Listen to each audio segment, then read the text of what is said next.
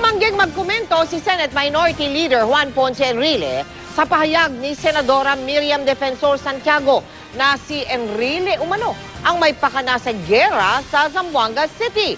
Ang sabi ni Santiago, si Enrile umano ang nagpopondo sa mga rebelde para daw maalis ang atensyon ng publiko sa pork barrel scam. Nakatutok si Claire Delfin. Mabibigat ang maparatang ni Senador Miriam Santiago laban sa kaalitang si Senate Minority Leader Juan Ponce Enrile sa panayam sa programang News to Go. Una, pakana raw ni Enrile ang gulo sa Zamboanga City na kinasasangkutan ng MNLF faction ni Nur Miswari. Kung merong gulo sa Mindanao, sigurado si Enrile ang sangkot doon. Dahil yun ang parang power base niya eh. Ang sabi ng Magdalo, isang politiko kanya na nakasangkot sa pork barrel ang gastos dyan sa rebellion kuno sa Zamboanga.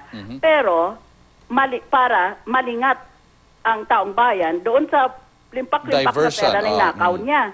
Kumbensido rin si Santiago na si Enrile ang mastermind ng 10 billion peso pork barrel scam ni Janet Lim Napoles. Siya ang pinuno niyan, ang pinagsimulan niyan. Siya ang kakilalang matalik ng Janet Napoles. Kasi si Enrile, yun ang mastermind dyan sa Senado. Senate President siya eh. At may moral ascendancy siya sa kanyang makasamahan na sa ngayon ay oposisyon. Sinubukan ng GMA News na kunin ang panig ni Enrile tungkol sa mga pahayag ni Santiago, subalit hindi ito nagpaunlak sa amin ng panayam. Pero si Senator Tito Soto na malapit kay Enrile, sinabing hindi siya naniniwala sa mga aligasyon ni Santiago. Parang hindi pwedeng maniwalaan yun, malabo yun.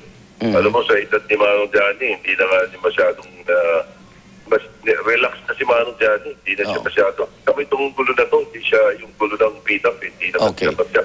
Opo. Kaya ini-embroil yung sarili niya. Ayaw ring magkomento ng palasyo tungkol sa aligasyong ito. It would be prudent for us not to comment muna on those particular allegations given na meron ding ongoing investigation. Dagdag pa ni Santiago, ideya raw ni Enrile ang pagdawit sa kanya ni Senador Jinggoy Estrada sa privilege speech nito noong Miyerkules. Binanggit kasi ni Estrada na kasama si Santiago sa mga senador na pinuna ng COA sa paggamit ng kanilang pork barrel. Ang alam ko, Ivan, pinagalitan siya ng tatay niya, si Mayor Joseph Erap Estrada, na yun palang speech na yan ni Senator Jinggoy, pinayagan niya na pakialaman ni Enrile. Si Enrile may kagagawanan dahil gusto ni Enrile na iskandaluhin niya ako. Sinusubukan pa naming hinga ng reaksyon si Estrada tungkol sa pahayag ni Santiago. Claire Delfin, Nakatutok, 24 Oras.